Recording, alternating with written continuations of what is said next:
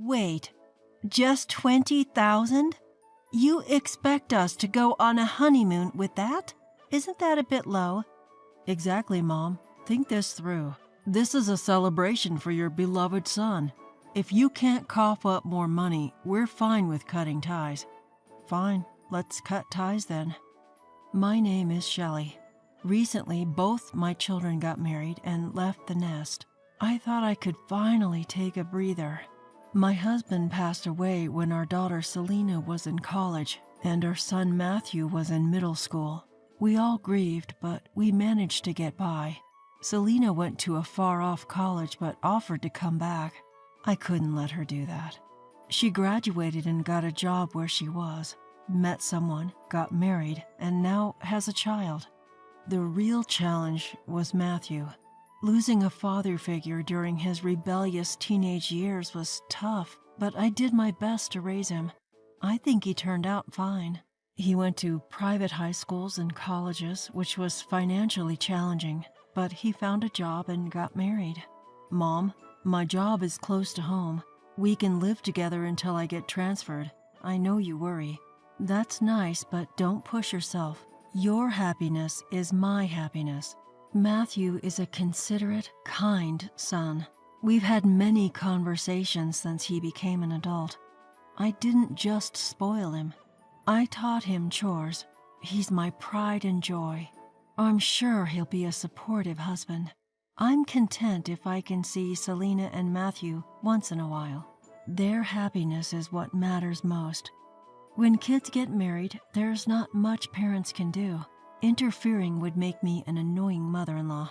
Times have changed. We can't be too involved in our children's marriages. True, it's sad but necessary. That's what I discuss with my friends. So I try not to interfere too much with Selena and Matthew. But a parent's heart wants to help. So I gave Selena $20,000 as a wedding gift and another $20,000 for her honeymoon. Mom, are you sure? You saved up too. You don't have to strain yourself. It's fine. If you don't use it, save it. I've got my own savings. Thanks, Mom. I'll definitely repay this kindness. Selena was grateful and brought back souvenirs from her honeymoon. When she gave them to me, she told me about her travels. I was happy and wanted to do the same for Matthew. So I planned to give him $20,000 for the wedding and another $20,000 for the honeymoon. Wait, this is it? It's not enough. Our wedding cost $60,000, you know. Exactly, Mom. What are you thinking? This is nowhere near enough. Don't act like you're some great parent with this measly amount. Unlike Selena and her husband, Matthew and his wife Jeannie were full of complaints. I'm sorry, but this is all I can afford. You had your own savings for the wedding, right? What? Young people these days don't have savings. We're always paying for the elderly. Mom, don't you watch the news? We're struggling here. Maybe you should educate yourself. I know, but if that's the case, you didn't have to spend $60,000 on a wedding. Wow, how cruel. A wedding is a woman's lifelong dream. It's the one day I get to be the star. Exactly, and you say it like that? Are you looking down on us? No, that's not what I meant. Jeannie starts to fake cry dramatically, and Matthew defends her. For some reason, they act as if I've said something terrible. So are you saying my parents should also contribute money? That's ridiculous. Why should the bride's parents have to struggle? Isn't it the groom's parents who should handle everything? Matthew has no savings. It's been tough for him. Are you exploiting him because you're a single mom? I've never done that. I haven't taken any money from him since he started working. I've never interfered with how he spends his money. If he has no savings, maybe he spent it on his hobbies? That's not true. I just ate out and went drinking with friends. That shouldn't deplete my salary. Exactly. Besides, you have all the latest appliances at home. Those were gifts from my daughter for Mother's Day. See, you've been exploiting Matthew too. Poor Matthew, being taken advantage of because he's kind. In reality, I've never asked Matthew for anything. Some of my friends do take living expenses from their adult children who still live at home. I know young people have it tough, so I never took money from Matthew. I've managed on my own salary and savings. Oh, poor Matthew, raised by such a terrible mother. And now you insult my parents too. You're the worst mother-in-law. Mom, apologize to Jeannie.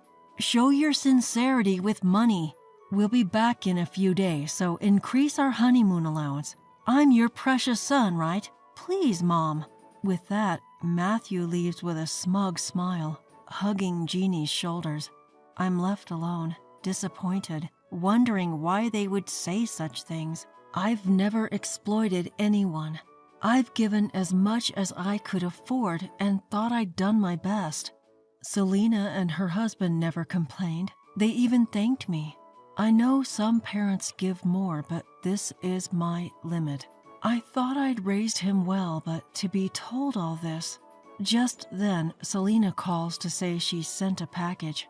I end up venting to her, and she says, "Mom, Matthew's lost it. I knew he was sheltered, but he's gotten worse since dating Jeannie. You should free yourself, Mom." Her words clear the fog before my eyes. Matthew is an adult now. He is not a child I need to protect. There is no need to be spoiled anymore. A few days later, Matthew and Jeannie return. They sit across from me at the living room table, smirking. "So you've had time to think. How much more are you giving us?" "Exactly. Our future relationship depends on this. Depending on the amount, we might even give you some hotel amenities." They clearly haven't reflected on their behavior. They must think I'll give them more money. So I calmly say, "I understand how you feel, but I can't give you any more money. In fact, I've lost the desire to give you even the $20,000. "What? Mom, what are you saying?" "That's fine. We can cut ties." "All right, let's cut ties then." They clearly didn't expect me to agree. They visibly panic. Just as they're about to say something, Selena comes out from the room behind me. "I've been listening, and you two are just awful." Why are you here, sis?" Hi. Long time no see."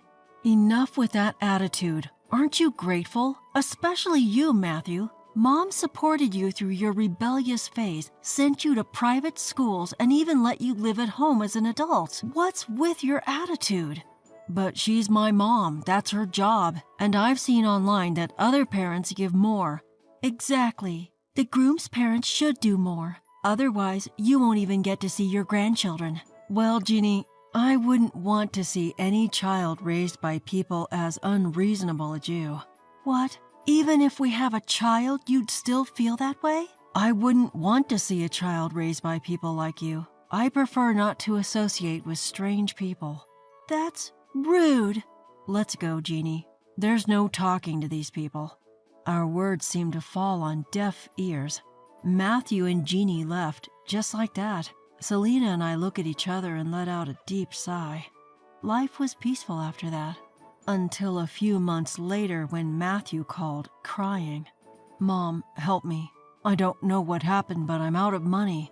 I can't pay my bills and I'm getting notices for electricity and gas. I can't even pay rent. I'm going to get kicked out." Turns out they'd been spending their salaries however they pleased. It's not like I had any naive ideas that things would definitely work out. They had no idea how much it actually costs to live. When I lived at home, I never had to worry about this stuff. My house is big and Jeannie's is even bigger. We never had to think about money, so why is it a problem now in this tiny rental? Matthew, did you ever think about rent and other expenses? Did you consider how much of your salary goes to fixed costs? What? I never had to think about that at home. Why is it an issue now? Because I was paying for everything when you lived at home. You seriously never thought about this? Matthew sounded shocked. I couldn't help but feel drained. How could they not even know the basics of what it costs to live? You should know about rent and utilities even if you lived at home. Haven't you talked to friends who live on their own? I've told you many times not to waste electricity. I heard from friends, but I thought they were just poor. I thought the electricity thing was just a matter of discipline. What have you been listening to? I've talked about utility bills many times. I thought I was competent enough to earn without worrying about that stuff. Sure, Matthew went to top schools, and from what I heard, so did Jeannie, but they were only academically smart. That's why you don't understand the value of $20,000. Maybe I raised you wrong. That's it. What about the $20,000? If I had that, I could pay off all my overdue bills. Can you give it to me, Mom? No way. What? I had to be firm with Matthew. Indulging him now would do no good. I had to be strict. Remember, you were the ones who wanted to cut ties. I'm not helping you anymore. That's the last thing I can do for you as a parent. From now on, you're on your own. With that, I hung up the phone.